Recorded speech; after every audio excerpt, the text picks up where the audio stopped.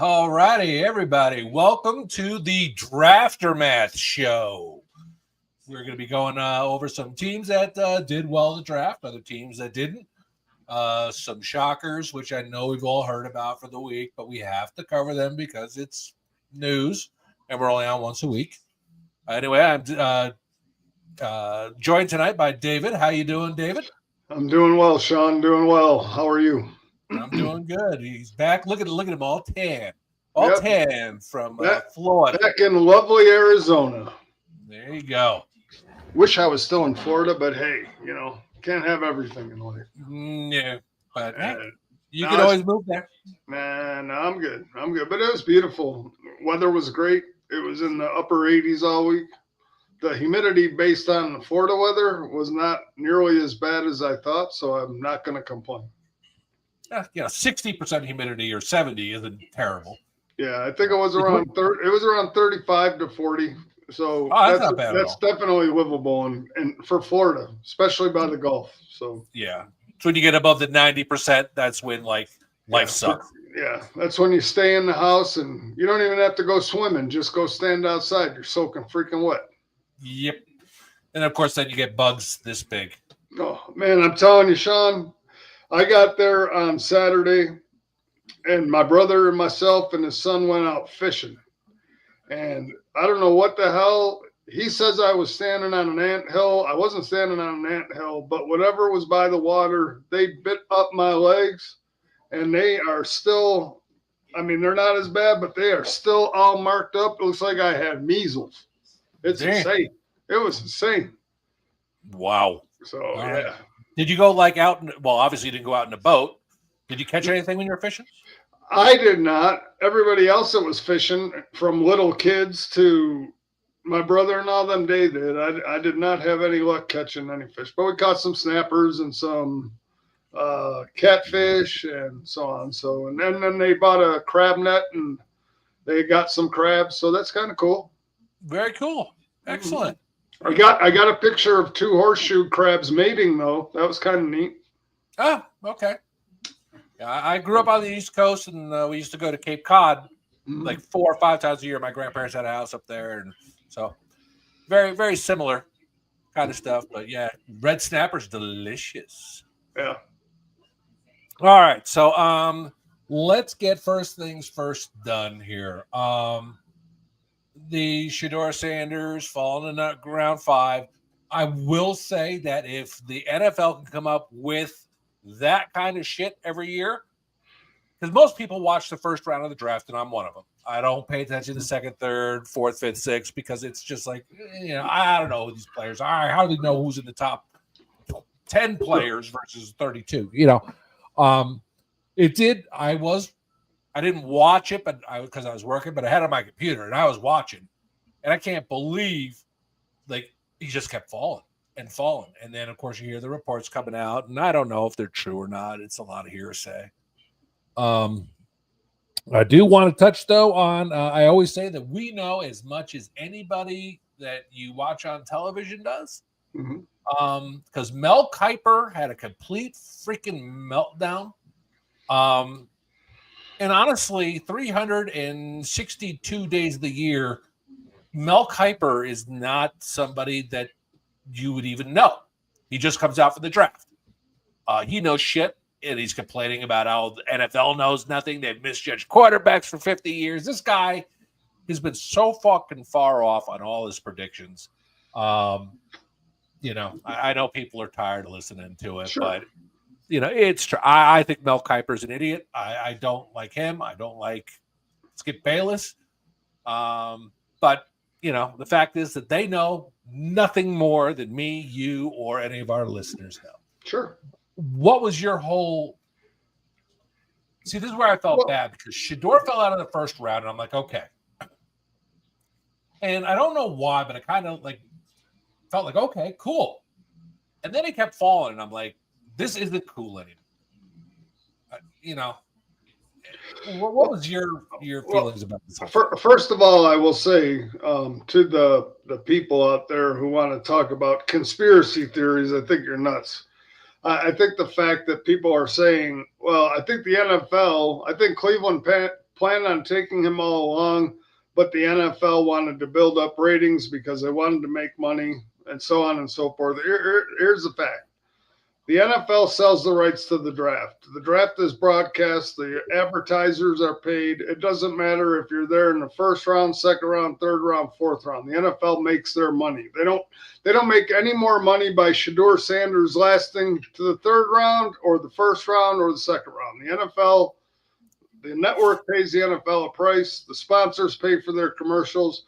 They don't get any more money for any more time on a player. So let's get that out.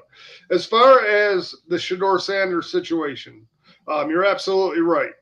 We don't know any more than anybody else who makes predictions or speculation or whatnot.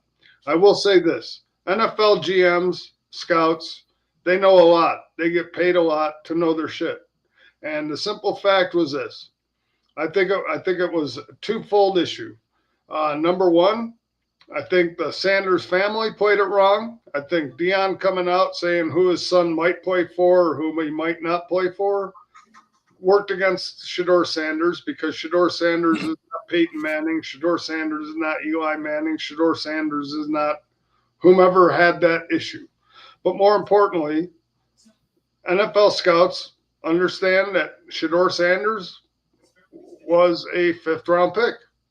He was not the second best quarterback in the draft. He was not the second best talented player in the draft. Shedeur Sanders had a 12-13 record over 2 seasons. Yes, he had the highest completion percentage, but most of his passes were bubble screens. He also took the most sacks in college football at 92. Okay, he holds on to the ball. He is a below average quarterback who had height based on the fact that his father's name was Deion, okay, and his father hyped him out throughout his college career, and no team wanted to draft a backup quarterback to have to deal with all that crap that comes along with the hype. I will say, and I say this respectfully to the Cleveland Browns, their fans, and everybody else, Shedeur Sanders, to me, would have been better off getting drafted by a team like Buffalo, Kansas City, Baltimore, the Rams. And I say that not because any of those teams were going to replace their starting quarterback. It would have allowed that young man as a football player to develop into a better quarterback. And, everybody was saying, because you had to listen to it. I mean, I felt bad for every draft pick who was drafted because they got 30 seconds of airtime, and Shedeur Sanders got, if the draft lasted a total of 30 hours over the 3 days, Shedeur Sanders captured 28 of the 30 hours, even after he was drafted. None of these kids who were drafted in the first round got anything. I mean, it was all about Shedeur. And the media is like, oh, people don't want to deal with all the stuff that comes with them. Yeah, because you're doing it. You people are perpetuating this myth that he is some great quarterback who's going to come in and save a franchise. He's a below average quarterback. So get over yourselves and talk about people who matter. And that's the thing that I really, really hate. But in terms of Shedeur as a development, in terms of developing that young man, I believe he went to one of the worst franchises a quarterback could go that needs development, because Cleveland does not develop quarterbacks. Baker Mayfield, prime example. Johnny Manziel, Tim Couch, I could go on with Cleveland's 1,000 quarterbacks who they've had on their roster in the past 10 years. They do not develop quarterbacks. Pittsburgh, same way. They do not develop quarterbacks. You are dealing with organizations that perpetually have chased veteran quarterbacks to try to win them anything because they don't know how to develop young talent. So I feel bad for Shedeur in the fact that he's going to an organization that the fans are going to be clamoring for him to come in, and they're going to be he is going to be set up for failure because they can't develop a quarterback. So I feel bad for the kid because he's going to miss out on a career that could be long, and he could at least become an above average quarterback who might do some good things in the NFL. We'll see what happens. I mean, nothing's etched in stone. There's always that chance, but I think his chances diminished greatly by being drafted by the Cleveland Browns. I could not agree more. I think you're 100% correct. By the time I got to the fourth round, and I'm like, Jets, grab him. But Aaron Glenn has made it very, very clear on the type of players he wants. And I don't think Shedeur filled that role, number one.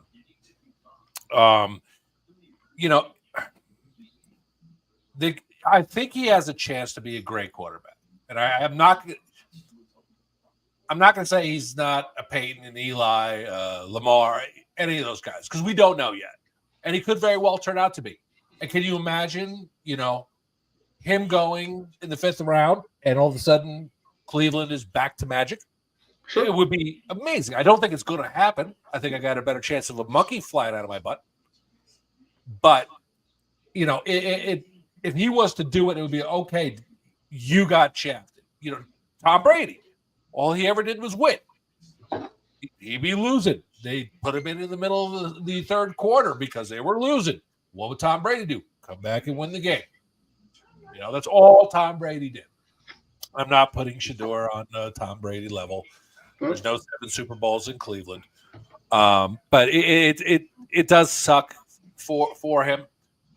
But, from the reports, which you don't know if they're true or false, I can kind of see it. And it's different because Dion went into the league. All the jewelry, all the bling, the pride, but he was that player. He was definitely that player. Sure. So, it is what it is, and hopefully. What's up, Mr. Paoli? And I will say something, Sean, to the Jets' credit. I will say, and I'm glad. I'm very glad that they didn't, because it is absolutely nice to see a coach that actually puts faith in Justin Fields and their quarterback. Maybe Justin Fields just needs that reassurance from a coaching staff that, hey, we can win with you. We feel that we can develop you into that player that you need to be. So from the Jets standpoint, I think it was great to see. Now, whether that is true, whether that happens, time will tell. Just like any of these draft picks, as a Bills fan, I loved the Bills draft. They addressed every need that they had to shore up their defense. They did things that I said from the beginning and from the outset were keys to that team from a defensive standpoint, to be able to walk in and walk into a draft, look at your needs, address those needs. But again, at the end of the day, it sounds great. Everybody wins the draft. Everybody can grade this draft A to F to B to C to whatever you want to draft it. Nobody knew Tom Brady was going to be the GOAT, drafted in the 6th round. Nobody knew Brock Purdy, Mr. Irrelevant, was going to lead the San Franciscos to the success he did. Every pick is a crapshoot. They look great on paper. You got your Buffalo could miss on every one of their draft picks that I thought they needed to address to get them over the hump. Okay. So to sit here and say the Jets ace the draft, the Eagles ace the draft, any of these teams, it's presumptuous and it's premature. I mean, yeah. You know, and so we could sit here and give our opinion. We can sit here and give our take and say we can argue about this guy's great and this guy sucks. And well, look at we have no idea. But like I said, there are teams that went out there and addressed the needs of their team. The Jets being one of them. The Eagles, again, the rich get richer. I agree with you 100%, Mike. The fact that Campbell fell all the way and they got him at 31 was absolutely baffling to me. Again, but every year, Philadelphia, the NFL just says, "Hey, Brandon Graham retired. Here, take this gift. We're going to gift wrap it for you and put it under your Christmas tree." Yeah. And so I don't understand how that happened, and it's like Jalen Carter. Yeah, that's what I mean. Every year, this just keeps happening. Yep. How? And yes, Howie. Right now, I will agree with Paoli. Howie is the best GM in the league. Well, I will say this, Mr. Paoli.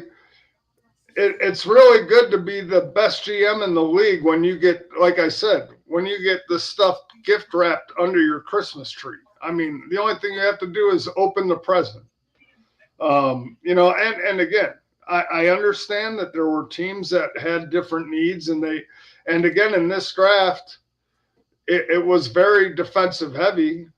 Okay. And also a lot of the team needs, were a lot of interior defensive linemen. They weren't so much the linebacker position.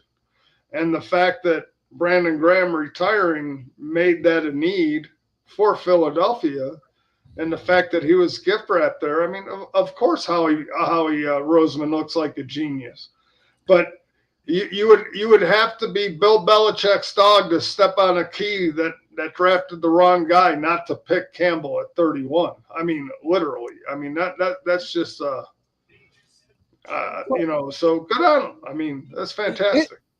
It's going to be interesting because the one player I do kind of want to watch this year is Jalen Walker, because I thought Jihad Campbell was going to go before him.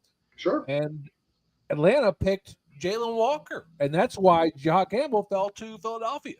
Oh. And see how this kid plays. Atlanta's a tough, struggling team. And the thing is, like, as a Philly fan, this is where it's starting to get, we don't know. Maybe this kid's a bust. Maybe Campbell's a bust. We don't know. But it's like, it doesn't matter if Philly's got their first pick is 48. They're going to find first round freaking talent because that's just what always fucking happens for them. Lucky bastards. Well, and I think the one thing that Roseman is good at, and again, it's easier for teams that are loaded with talent to be very selective in their board. And really knowing the Brandon Campbell situation, or Brandon Graham rather, knowing what you're really looking for out of your first pick or two, and really honing in and zooming in on that one particular area of need. I really think that gives a leg up to a team that really does in-depth studying on that position. Because there are certain things like when teams have multiple needs,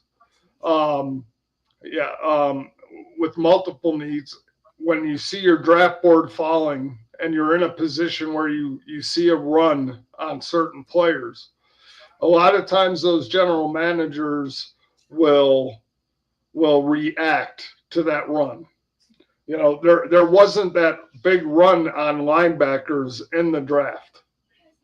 So as the draft board's falling, a team could have linebacker, defensive tackle, edge rusher as their needs. And all of a sudden you start seeing edge rushers come off the board. So now a team is like, oh, we got to hurry up. Let's figure out our board. Is edge our really first main need? So let's go get this guy. Or is defensive tackle that, so those positions move up while the other ones fall down. And so when you're a team like picking at the back of the draft, team like Philadelphia, Baltimore, Kansas City, Buffalo, those teams that are perennially in the back end of the draft, you can be more selective. And as you see things, the one thing that I will say that was lucky for the Eagles in this regard,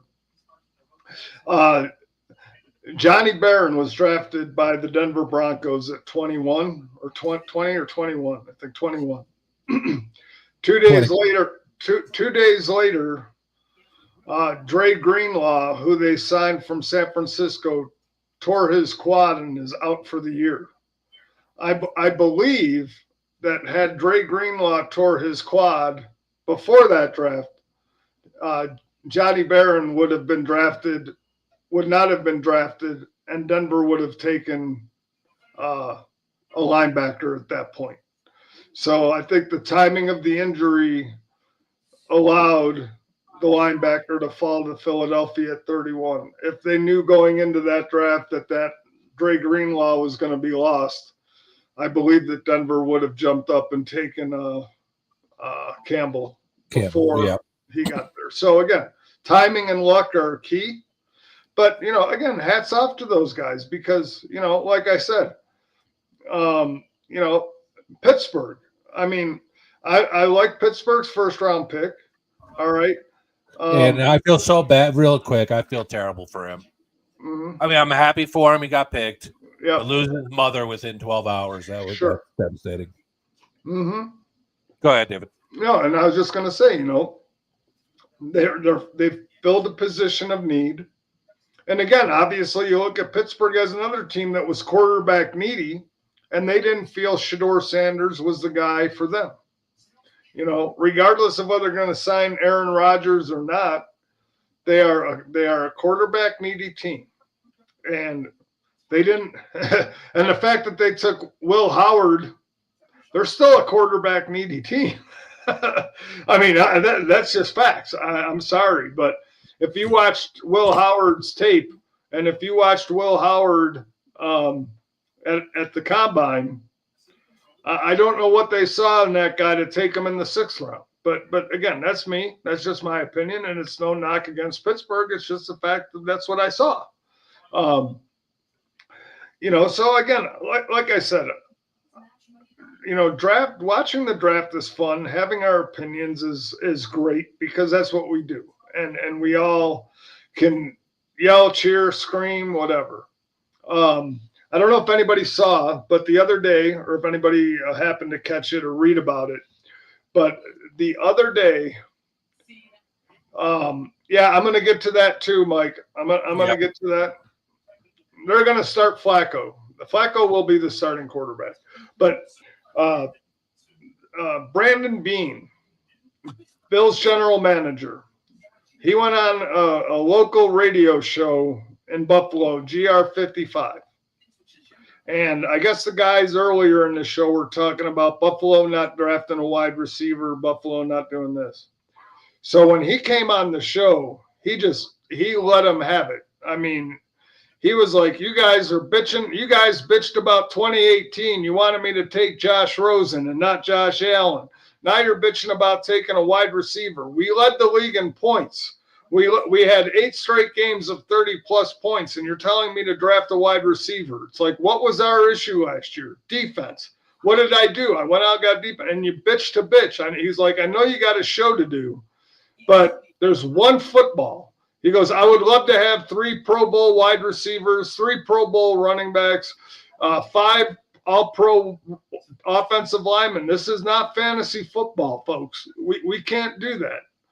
We have to address areas that we feel we need to get over the hump. Obviously, when you score an average almost 30 points a week, scoring is not your problem.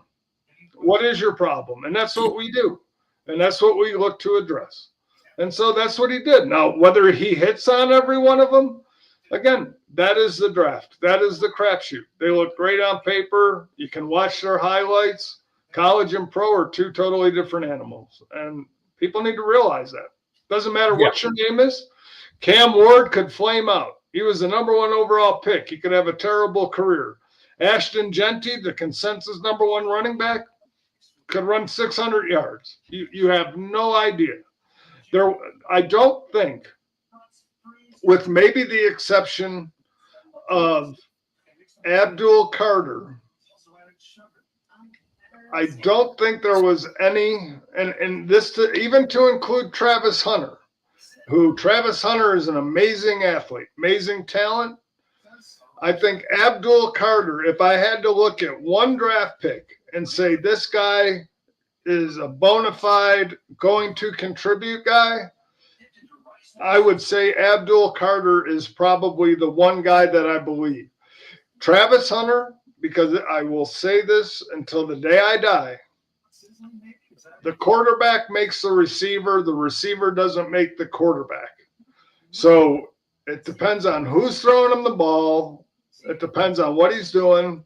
I mean, yes, Travis Hunter's special because he plays two ways, but just remember, Travis Hunter's also in the NFL a major injury risk, because if you're playing him at cornerback and he gets hurt, now you lost yourself your starting or a cornerback and your starting wide receiver. So for as well as things could go for Travis Hunter, they could be over just like that. So, I look at this draft that happened as there's not a lot of surefire, but if I look at the one guy who I think can really be that guy, it's probably Abdul. Yes and no. Yes and no. Look at it. Yeah, Mike Evans, knock Jameis Winston all you want. Jameis Winston threw for 5,000 yards and 35 touchdowns. The fact that he threw 35 interceptions, that's, I mean, the fact was that year that the Buccaneers had the opportunity to really go places. The fact that Jameis threw 6 pick sixes that lost the game for him, but still, I mean, Mike Evans, yeah, every year he gets 1,000 yards no matter who his quarterback is, but he's had good quarterbacks. He's had Jameis, Tom Brady, Baker Mayfield. Baker Mayfield only got better after he left Cleveland. So again, I still think your quarterback makes the wide receiver, and they can complement each other. Yeah.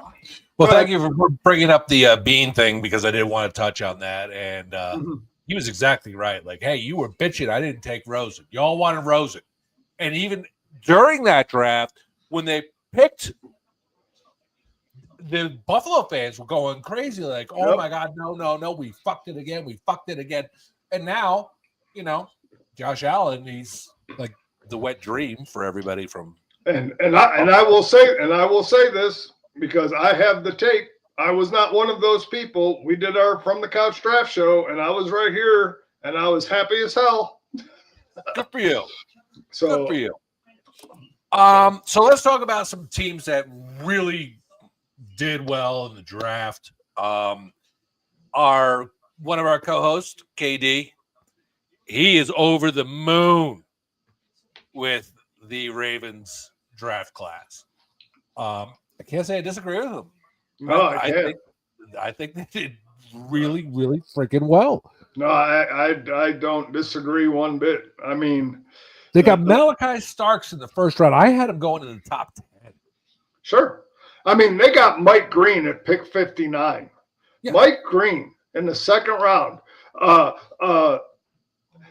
Pretty much, if you look at most of the mock drafts, Anthony, you're right, and we'll talk about that as well. But in most mock drafts, Mike Green was a mid to late first round pick, and they got him at pick 59, and that all had to do with character issues off the field. But again, when you go to a team, a strong organization who can set players straight, great coaching, great people around them to keep them in line and to do that. I mean, that's another team where the rich get richer, and good on them. I mean, fantastic. Yep. And Anthony said Panthers. Yep. I mean, And- yeah. Absolutely. Okay. Another one.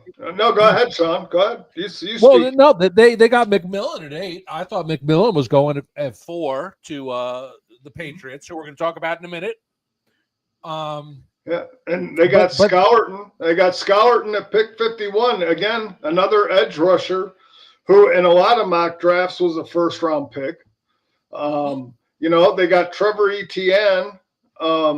Again, because they only have Nick Chubb, Jonathan Brooks, the running back they drafted last year out of Texas, tore his ACL again. So God knows if he's going to come back and play. They really did it. They really fortified their defensive line. They took the Humanala and the edge from Ole Miss. They really did good. I mean, that was another team that just really looked at their needs, looked at their issues, and just nailed the draft. I mean, again, they nailed it from a perspective of we addressed needs. Now, do they pan out? We'll see.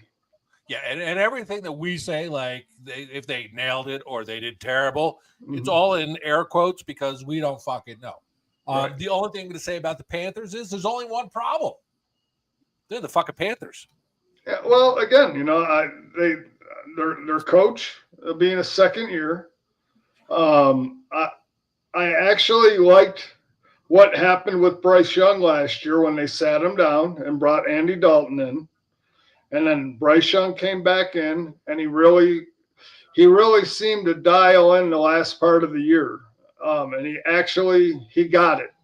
He had to step away, I guess, from feeling entitled from being the starting quarterback to understanding that, hey, every week you have to work to keep this. It's not a birthright just because you were the number 1 overall pick. You have to earn this every week.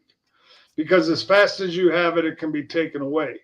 And, he came back and he started to play some respectable football for Carolina to close out the year. So hopefully they can build on that.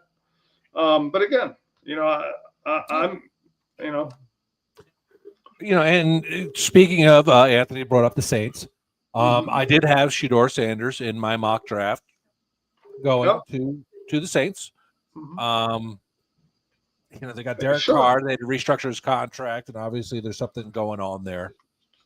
They took Kelvin Banks Jr., tackle, at 9, which, thinking with tackles, there's you need the best tackles you can get. I don't know how he's gonna play out, but I remember the Jets taking Mekhi Becton a couple of years ago. Right. And the biggest thing was he doesn't work hard. And as a tackle, he proved it. But then you throw him at guard for the Philadelphia fucking Eagles, and he's a stud because he doesn't have to, go way out and do all this other shit. He just has to kind of stay compact right there. And of course, he was awesome. The Jets weren't going to pay him to be a guard. But anyway, and again, I think the one thing that you saw again, and this goes to the Shedeur argument, is that, again, a team that needed a quarterback like New Orleans did not feel that Shedeur Sanders was ready to be a starting quarterback because in the second round, they took Tyler Shuck, the quarterback from Louisville. That was a surprise. That was huge. But again, I will say that when you look at the quarterbacks who have the opportunity to start opposite Cam Ward, who's the number 1 overall pick, I think the Saints looked at Tyler Shuck as a guy who's most ready to step in and compete for the starting job of these quarterbacks that were drafted. Yeah. And here's a real telltale sign is because the head coach of the Saints is Kellen Moore. Exactly. He is a quarterback coach. Yep. And obviously they had met with Shedeur. Yep. And he was like, no. So that's kind of, out of all the shit that goes on about Shedeur and skipping on him or whatever, I think the Kellen Moore not going with him is probably the biggest telltale sign. Because if that's what you do, you coach quarterbacks, you make quarterbacks better. Right. If you say, I can't work with this guy. Yep. That's basically what they said. Yep. So now it's, and honestly, I hadn't really thought about that before until like right now we started, talking about it. I'm like, holy shit, Yep. Kellen Moore is a coach. Yeah, that's the first thing I thought of. That's the first thing I talked about after they took him. And that's the first thing I said to Jeffrey and them in Florida was, look at, when you have a guy, a quarterback guy who Kellen Moore, who's worked with Dak Prescott, who's worked with these guys, and he doesn't want him, that's a telling sign as to the level of readiness that Shedeur Sanders has. Right. And then because, and Mike Tomlin for the Steelers is also one of those, it's not about you, it's about the team. Yeah, well, and when they kept skipping on him every time. But my problem is this. I can't, and again, we have somebody on this show who thinks that I just love to knock the Steelers, and I don't. But yeah, you do. But here's the point. That I have about the Steelers and Cleveland. They do not want, or they do not have the ability to develop a quarterback. Mike Tomlin was gifted Ben Roethlisberger. Mike Tomlin's teams in the beginning were gifted a team built by Bill Cowher and Dick LeBeau. They won Super Bowls early, and ever since then, they have not been able to do anything to have sustained success. Their success is going 9-8 or 9-8, or getting over 500. That's their level and measurement of success. If Mike Tomlin doesn't have a losing season, we are a success. They were 8 and whatever. 9-8. But I'm saying in the postseason, they have lost 7 first-round playoffs. They are one and done in the playoffs. Okay, so again, I look at a team like that as a team that just can't develop a quarterback. Yeah, you better stop before you give Eric a yeast infection here. Yeah, I know. Patriots had a good draft. Sure. Yep. And they had a great offseason. They had a ton of money to spend. I am very afraid of the Patriots this year. Mike Vrabel. Go ahead. I think they come in second in the AFC East. I think they come in second. I think they split with the Bills. I give the Patriots another year. I think it's going to take a year for that team to gel. But the Jets suck. In Miami, they're done with their coach. But the one thing, other than the quarterback with the Jets, other than bringing in a Justin Fields, I think the Jets for the most part have pretty much the same nucleus of players. It's going to be a different philosophy, obviously, with Aaron Glenn. But the nucleus of the players is a lot more intact in New York than it is with the Patriots. You're bringing in a lot of new players. You're bringing in a new coach, a new coaching philosophy, a new coaching style. And so I think it's going to take a little longer for the Patriots to gel. Not that they're not going to, because they did. They had a great draft. In terms of players and needs and things that they needed, and some impact players. I think the 3rd round pick of Kyle Williams, I think that was a steal. I think Kyle Williams is going to be a great receiver. But again, they're banking on Stephon Diggs coming back and being 100% healthy, which, again, he might be back ready to go at the beginning of the season. But again, you got a lot of young receivers. You got Drake May, who's going into his 2nd year, and we've all seen second-year quarterbacks might have a little bit of a slump. So as teams get tape and see how those players play, it becomes a little more interesting. Sure. So again, I think it might be a little struggle for the Patriots for a while, just because, but. Well, drafting Will Campbell was because I thought they were going to go after McMillan, but they drafted Will Campbell, and I thought it was a very sound philosophy. Like, you got this kid, he's in his second year. The one problem he had is he didn't have time. He was he was winning games, well, 4 of them or whatever, but protecting him should have been the number one priority, and they've done that between free agency and the draft. So overall, they've done very well. Absolutely. No, absolutely. I agree with you. I got 2 more teams. I'll get again, and these are like some, again, and not to minimize the things that Philadelphia did, and Baltimore and Buffalo and even Kansas City. Can you hold that thought for 1 minute? Sure. Okay. I just want to tell our viewers now, because we're got a couple of them now. We were telling the draft picks on an average of 2 to 3 minutes before they were announced. So we will be doing that again next year. And because, you guys don't think we have inside information, we do.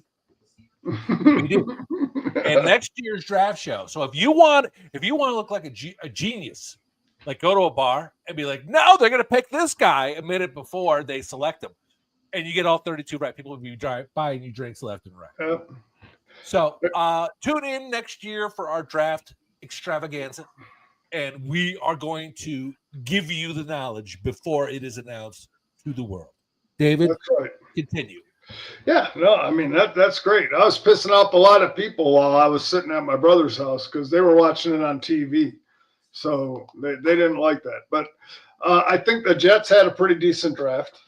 Membu and Mason Taylor, both very significant needs. I think if Membu plays the way he did in college, being able to protect the quarterback there is going to be huge, especially Justin Fields. I think the one thing that he was always had an issue with is number one time and number one decision making. So with a stronger offensive line, I think this is going to give Justin Fields a lot more confidence and a lot more ability to think in the pocket instead of making one read and running out. I think Mason Taylor, the tight end, definitely a position of need. And I think they nailed that. And Azaria Thomas, the cornerback out of Florida State. If he is as good as he's been hyped up to be through draft picks, through draft analysis, through mock drafts and so on, putting him up opposite Sauce Gardner, I think is going to be huge. So again, they solidified their offensive line and their defense because Mason Taylor is also a good blocking tight end. So I think it's definitely going to be an asset to them. The other team, again, I think the New York Giants, they signed Dexter Lawrence as a free agent. They go out and get Abdul Carter, so their edges are secure. Jackson Dart, who I think, just my opinion, and this is an opinion show, I think Jackson Dart is the best quarterback in this draft. That's just me. You can all disagree with me, laugh at me, but I think Jackson Dart is the best quarterback in this draft. Then they went out and they fortified their interior defense with Darius Alexander. And then to top it off, they get Cam Skatebo to go alongside of Tyrone Tracy. So I think for the most part on paper, again, a huge draft haul for the Giants. They did a great job. Again, it's all got to work out. It's all got to come together. But just based on some of those guys, I think they really this is where I say, if I'm John Mara, the owner of the Giants, this is where I say, okay, instead of my patience wearing thin with the coach and the coordinator, or with the coach and the GM, they've hit a home run with this draft. I'm going to allow them the opportunity to put this thing together. Because if you're playing to save your job, and you're coaching to save your job, and you don't give these guys the time with the picks that they got this year to see the fruition of their picks come together, it does them a disservice because, number one, like I said, to me, Jackson Dart is the best quarterback.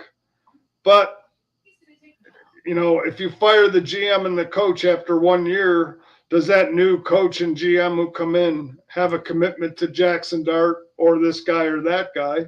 Or do they come in to bring their own guys in? So I really think you got to give Daboll and Shane the opportunity to see the fruits of their labor with this draft class, because I really think it was that strong. Well, you really don't have it. You don't have a choice in this situation. You're right, David. You don't, but you don't have a choice because after last year's debacle, both of them should have been gone. Mm-hmm. Like the GM should have been gone. Yep. And he wasn't. So you kind of made your bed and you got to lie in it. And I totally agree with you. Like if they go 4-13, I don't think at that point you got to think you're out. But if they go 2 years, 4-13 and 6-12 or 13 or whatever the hell. Yeah, I get you. That's when you would kind of, pull the ripcord bail. I think they kind of definitely gave themselves another 2 years. Sure. If there's any glimmer of hope, I think then things will go on. And again, I think the one thing, Sean, that we have to take into account,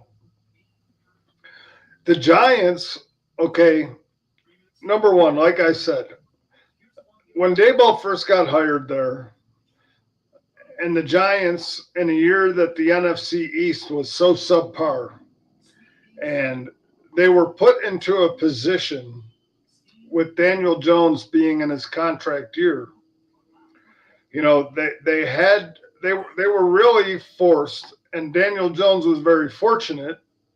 Again, like I've talked about for the last 2 years, he was in the right place at the right time, and the coach and GM didn't really have much of a choice because you couldn't take a quarterback who just led your team to the playoffs after so many years and say, hey, we got here, now we're going to start over. You had to pay the quarterback. And unfortunately, the market value of the quarterbacks at the time was what it was. He got the lowest end of the market value, but he still got $43 million.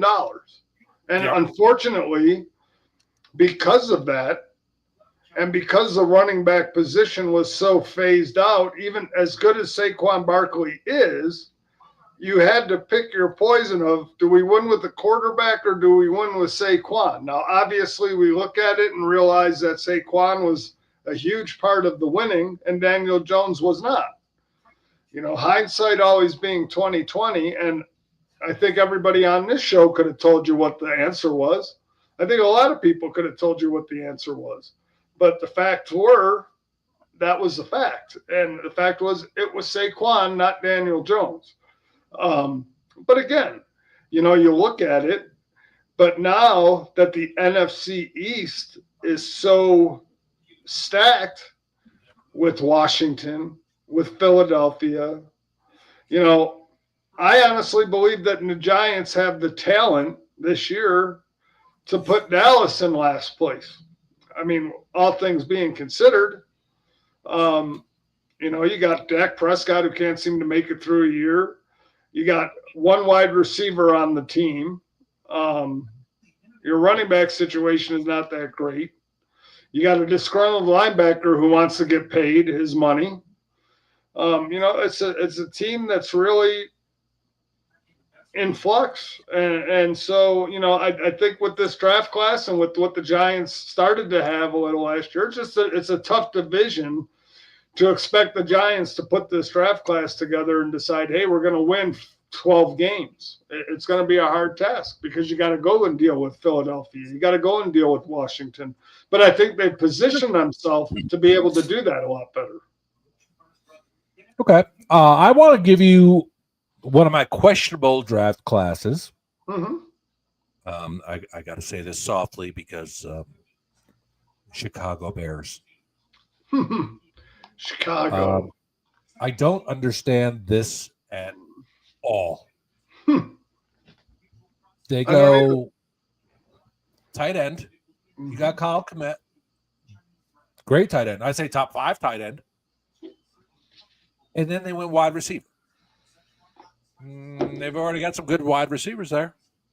I don't think the problem was the weapons that you had Caleb Williams throwing to. I think it was the protection of Caleb Williams. Well, they did a lot of stuff in free agency for the line. I mean, they did upgrade their line in free agency. So, and I get the Colston Loveland.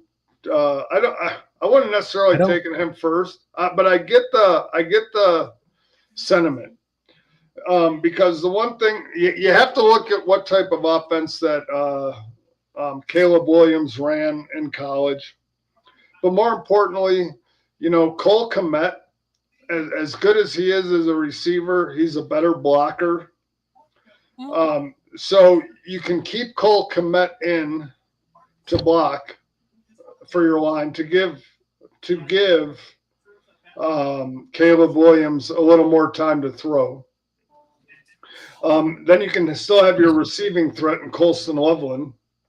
Luther Burden, I understand the pick of a wide receiver because you lost Keenan Allen.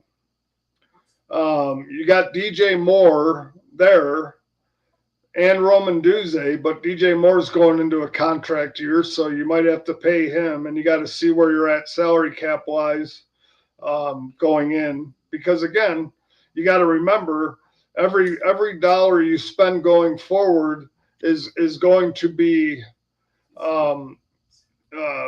crafted wisely, because at some point you're going to have to pay Caleb Williams probably $60 to $65 million a year. I mean, that's just the way the salary cap for quarterbacks is going. So are you going to invest, $22 or $25 million a year in a DJ Moore? Plus you have Roman Dunze, and depending on how he develops, and you got him and Caleb Williams in the same draft class, now you're talking about potentially, from a salary cap perspective, you're talking about a good,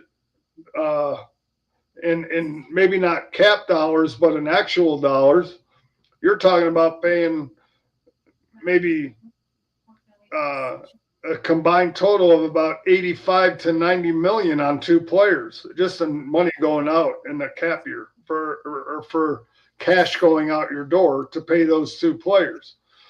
So again, I think things were done strategically. I think things were done for future cap considerations. I don't think they had a great draft, though, obviously. I think they were more of a get what we need early and then just kind of fill in with depth players. Nobody who's going to strike fear into you, nobody who's going to stand out, but, get some solid depth behind, your offensive and defensive lines. Like I said, nothing really outstanding, but just depth players. So it'll be interesting to see how it works out. But I think Chicago was being very strategic and looking at more down the line of things. Yeah. And Mike, you're possibly, right. But Chicago is not an offensive team. They've never have been. We're going to get to that in a second, Anthony. They're a defensive team. Sure. And I had Walter Nolan, the defensive lineman, going there. When they picked a tight end, I was like, holy shit, you're not dying for a tight end right now.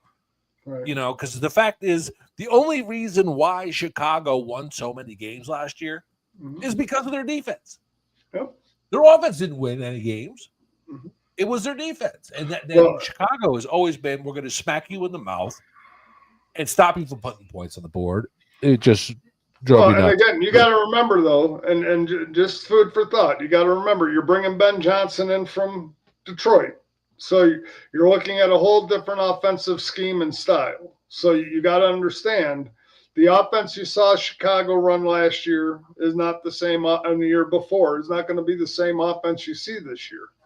Ben Johnson brings his own scheme, and so he probably went in. He probably went in there with the mandate that he needed this type of player. You know, you look at Luther Burden, okay, and you know, to me, he's not a huge guy. He's not a big guy, but he reminds me of a slower, like a Jamison Williams type guy, the guy who can spread the field. You know, Roman Tuesday is your outside guy. DJ Moore is your like Amon-Ra St. Brown type receiver, good, who can get open, do that. But you need that one guy opposite to stretch the field. And that's how I look at that. Okay. And I will say that Chicago screwed up their future beginning with last year when they got rid of Justin Fields and kept that number 1 pick.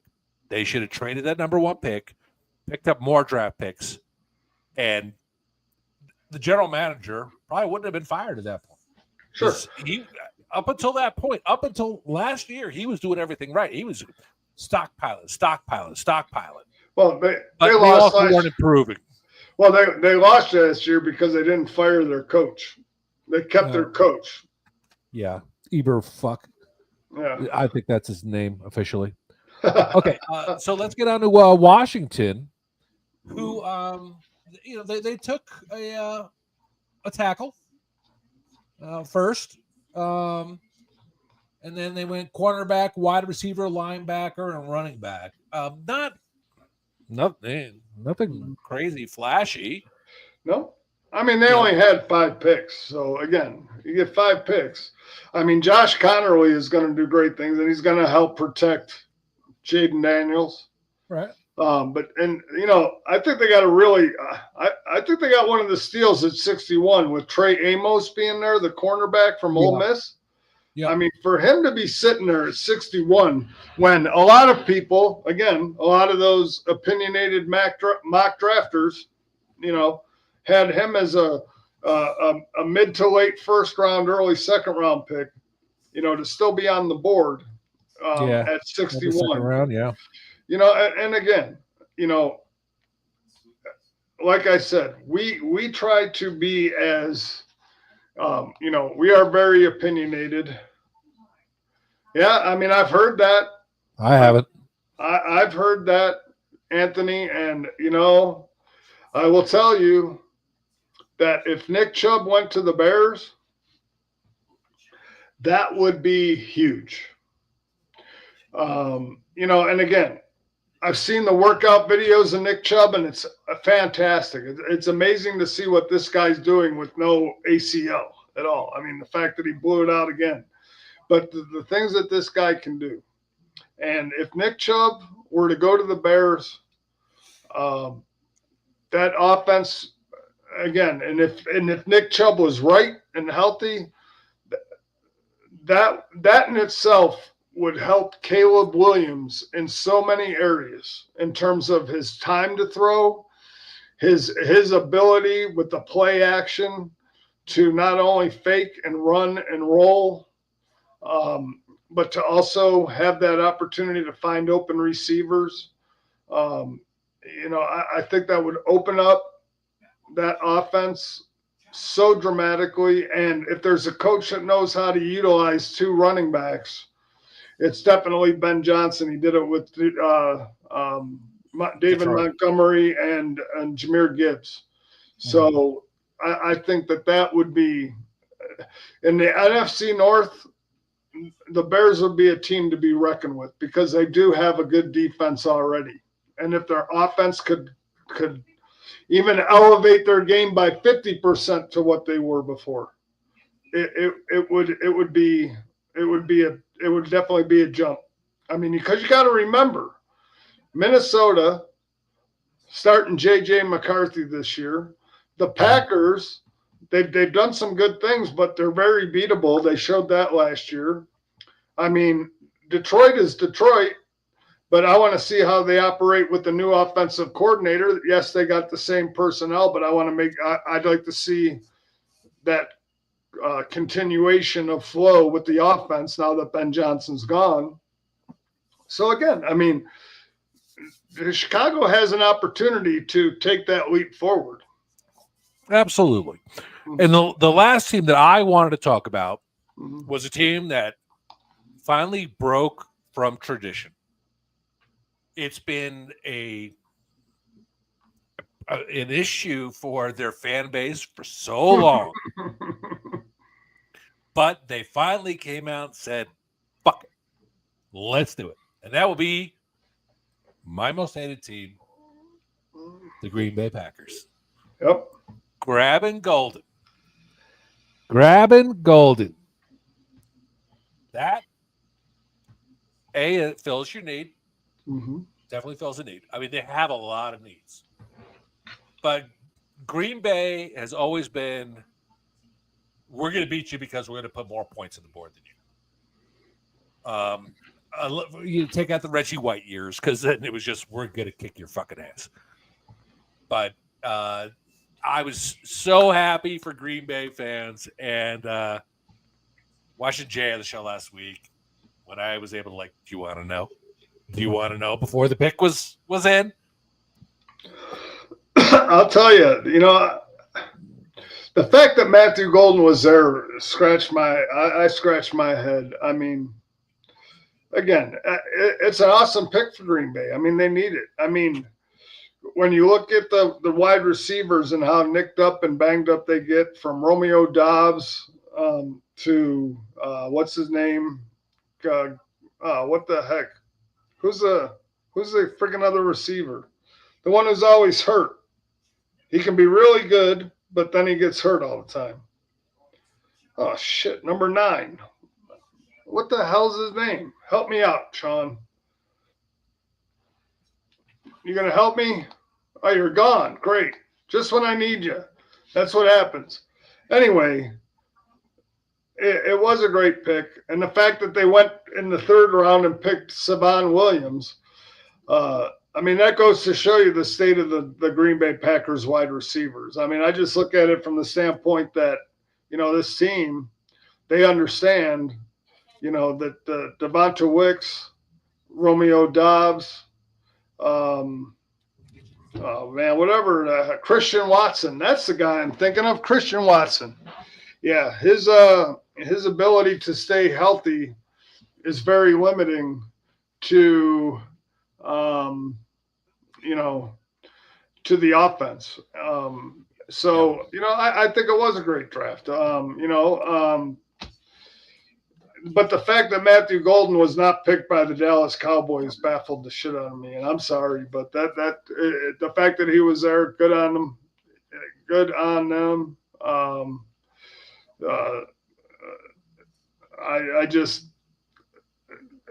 It was a good draft. I mean, yeah, Green Bay, they finally took their 1st round wide receiver. I think I heard Aaron Rodgers was going on a retreat to try to understand why the entire time he was quarterback, they never took a wide receiver in the 1st round.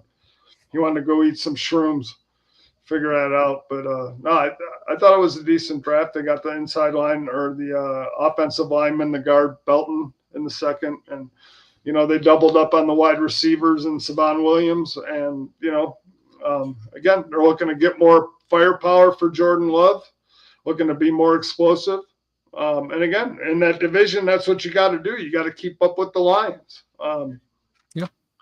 So again, if you don't mind, Sean, I would like to say, this is the team that I'm extremely impressed with, not only in their draft, but in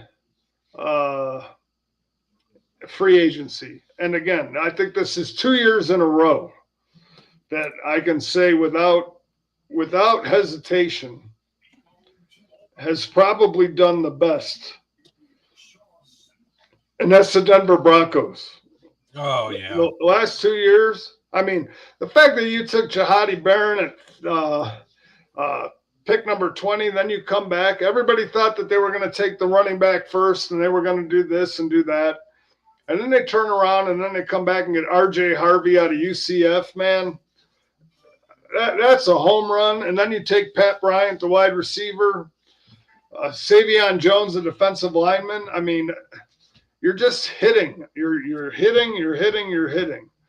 And Sean Payton is really putting a hell of a roster together. So, it's very impressive to me. Just very impressive.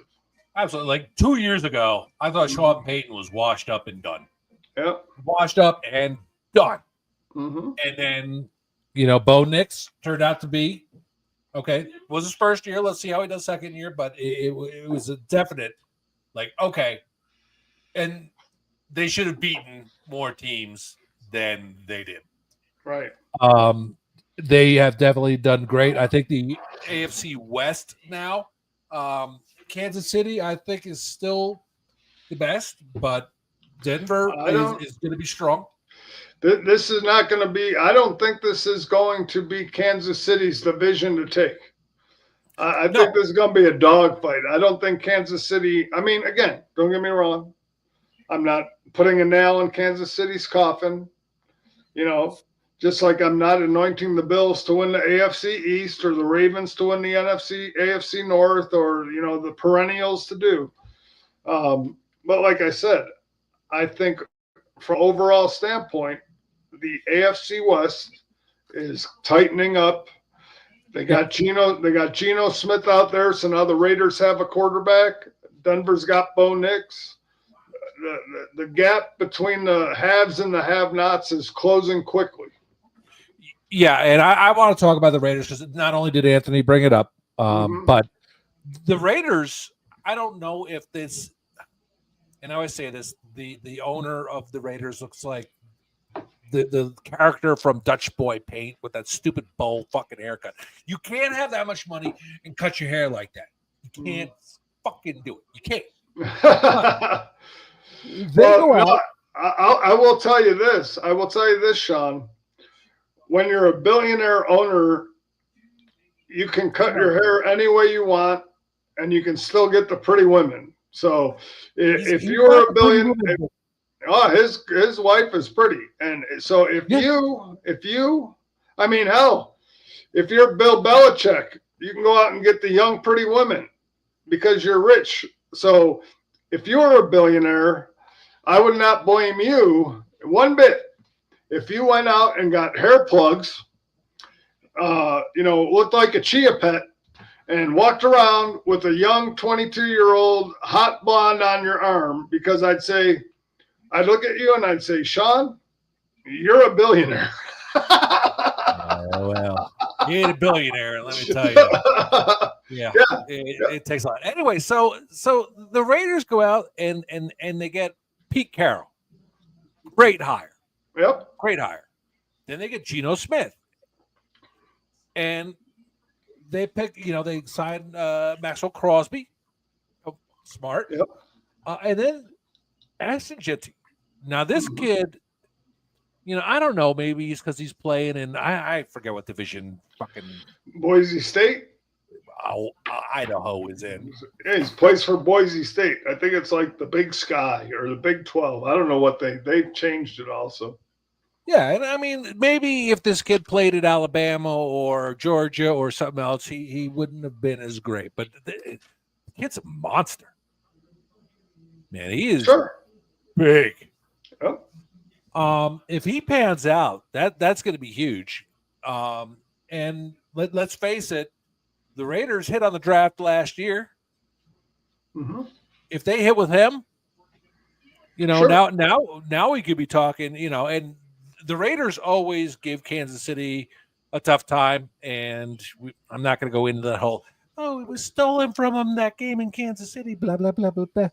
But for the first time in a long time, the Raiders might actually be respectable. Yep. Oh, absolutely. I think Tom Brady had his handprints on this draft. Mm-hmm. I think the pick of Jack Beck was huge. I also the one pick that isn't really getting a lot of attention from an offensive standpoint. Deonta Thornton, the wide receiver from Tennessee. He's a decent wide receiver. And they only really had Jacoby Myers. So now you bring in Jack Beck, and now you bring in Deonta Thornton, plus the Ashton Genty signing, and you have Brock Bowers on that team. This team is scary, and they address their offensive line. They bring him Darian Porter, the cornerback, not quarterback, but corner. I mean, they've done a lot of things to really address up front for the running game and the protection of Geno Smith. They've given him more weapons on the outside and in the slot to use. They're going to really open up this offense, and they still have, they drafted Brock Bowers, but they also have the other guy, the other tight end that they drafted the year before, Michael Mayer, who's forgotten. I mean, I know they were talking about trying to trade him, but why try to trade him when you can have the 1-2 tight end, type of offense? You're running 12 personnel, and now now you got the guy and Michael Mayer, who's the extra blocker, and you bring in the Ashton Genty running back, which is going to open up more holes, and he's explosive, and he's not afraid of contact, and he's not afraid to run you over. And another thing, they bring in Raheem Mostert, the running back out of Miami, as your changeup guy. And if a guy like him can stay healthy and not have to take the pounding that he took in Miami to be that guy, and he can stay healthy, there's your third down back and your guy out of the backfield, or your change of pace guy. So, yeah, I mean, I look at those as all good positives for a team like the Raiders. I think it's going to be huge. Yeah, absolutely. Well, that's kind of all I wanted to touch on tonight. I do want to ask you a couple things, though, before we wrap up here. So I want to talk about losers, and I don't mean draft losers. I don't mean draft team losers, but I'm talking about players. I'm talking about players on certain teams that could end up being big losers. So let me ask you this. Okay. Let's go to the Los Angeles Chargers. Okay. I will say that one of the big losers in the draft is, from a player perspective, is Najee Harris. Najee Harris signed a 1-year deal to go to the Los Angeles Chargers. Right. We know Jim Harbaugh is a run-heavy coach, loves his running game, loves all that stuff, loves to set up the pass with the run. So the Chargers, in their infinite wisdom, decide to draft Marion Hampton, the running back out of North Carolina, with their first pick. Right. Like I said, Najee's on a 1-year deal. When you draft Marion Hampton, who's a 3-down back at North Carolina, can pretty much do everything. You look at a guy like Najee, and that doesn't bode well for him. No, not on a 1-year contract. It doesn't. No. And so, yeah, that's kind of tough. Another guy that I look at as a loser is Thank you, James. Pardon? James. Thank you, James. I'm sorry. Say that one more time. I'm sorry. I said thank you, James. Oh. Hey, James, how you doing? Another guy I think is a loser is going to be Chuba Hubbard in Carolina. They drafted Trevor Etienne in the 4th round. So again, I mean, I know they lost. Hubbard's good. They lost Miles Sanders, who really didn't contribute much when he signed with them. But I think if Trevor Etienne can step up and prove that he's a decent running back, I think it's going to cut into Chuba Hubbard's time. Yeah. So again, I think that's one. Let's see, who else? Who else do I think is a big loser? I think Shedeur Sanders is probably a huge loser in this draft. Going to Cleveland, not having the type of the quarterback development in Cleveland. I've said it before and I'll say it again until Cleveland can prove that they can develop a quarterback.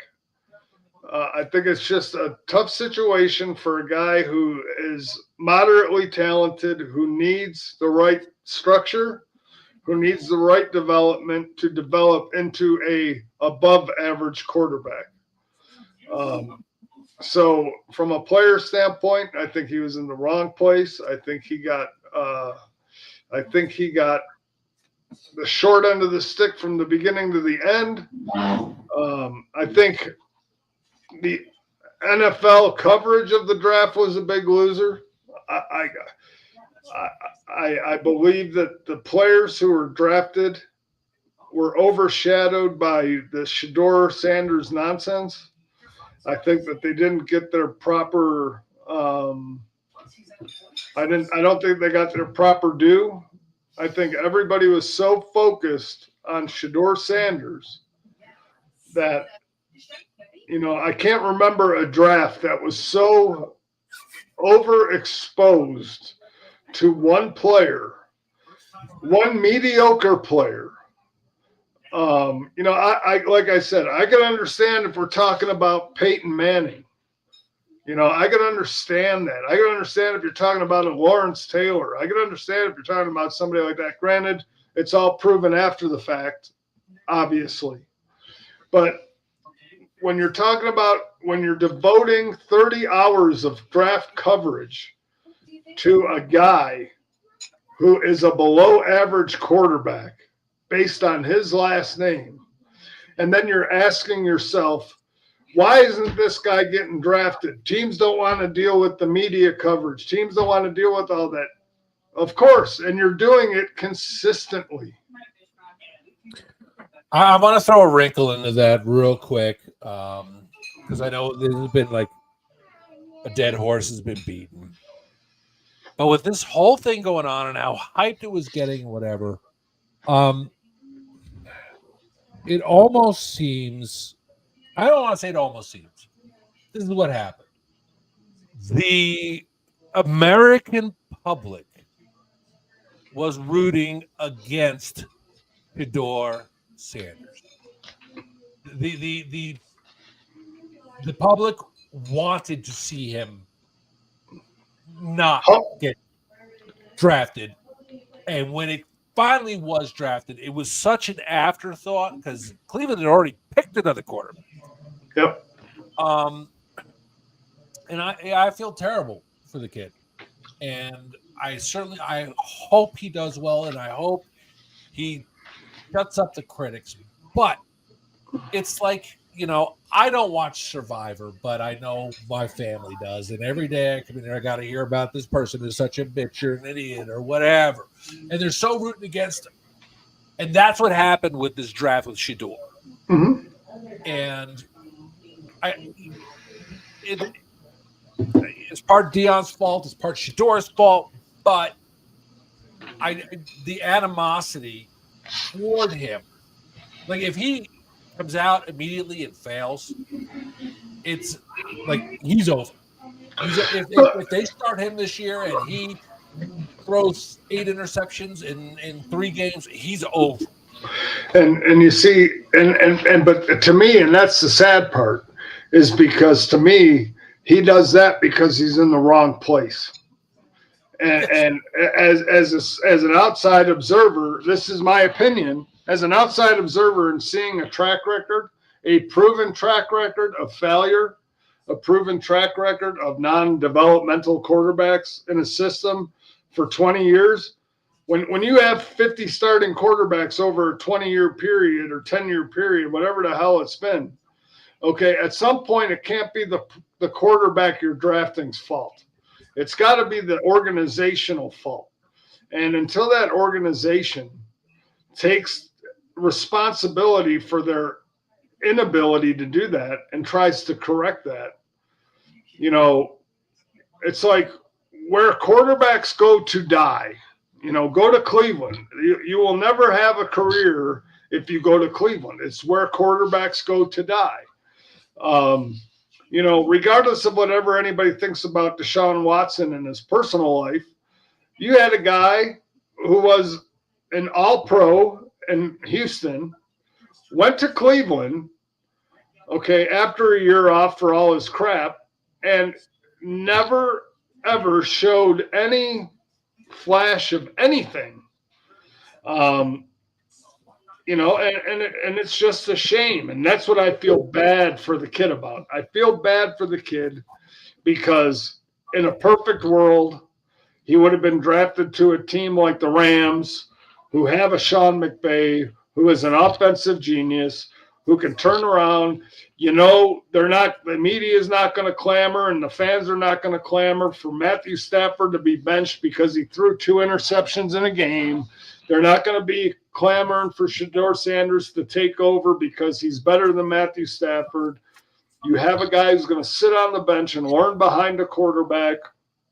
He's going to learn from a offensive genius, and he's going to go out, and when you see him play, you're going to see whether he is ascending in his ability or maintaining, and at least you'll have an honest appraisal of what the kid is going to be able to do. And if you take him in Cleveland and he comes out and is terrible, and you just automatically say, this is the best Shedeur Sanders you're going to get, I think it's an injustice to him. And so I do feel bad. I feel really bad for the kid because he just ended up in a no-win situation. Period. Yep. So. All right. Well, we started off the show with Shedeur. We are going to end the show with Shedeur, if that's okay. You got anything else, David? No, I'm good. I think that's it. I think we went over the draft and pretty much, hit the things that we did. All right. And I will throw one last thing in Eric and say I can't believe you didn't draft a quarterback in the first round. But, hey, at least you got Mason Rudolph. There you go. And Aaron Rodgers might be on the way. Aaron Rodgers is on the way. That's pretty much all the reports. Yeah. So with that being said, David, thank you for coming to us live from your sex dungeon there with the pink chiffon bed. And we know nothing gets you going when you're going at it than look it up and seeing O.J. Simpson's number up there. All righty there. I just do it for OJ, man. I do it for OJ. There you go. As my wife always says, hey, you're killing it. Yeah, she's talking about the mood, but that's okay. All right. So thanks, Sean. I appreciate it. Hey, you got it. So anyway, with that being said, we hope you all enjoyed the show. We will be back. I think we're going to do one because the schedule comes out on Saturday, right? It comes out on the 14th, May 14th. Okay. Well, we may be on next week. We may not, but we'll be here. We'll be here. We still got football to talk about. Oh, and by the way, the Buffalo Bills did sign wide receiver Elijah Moore today.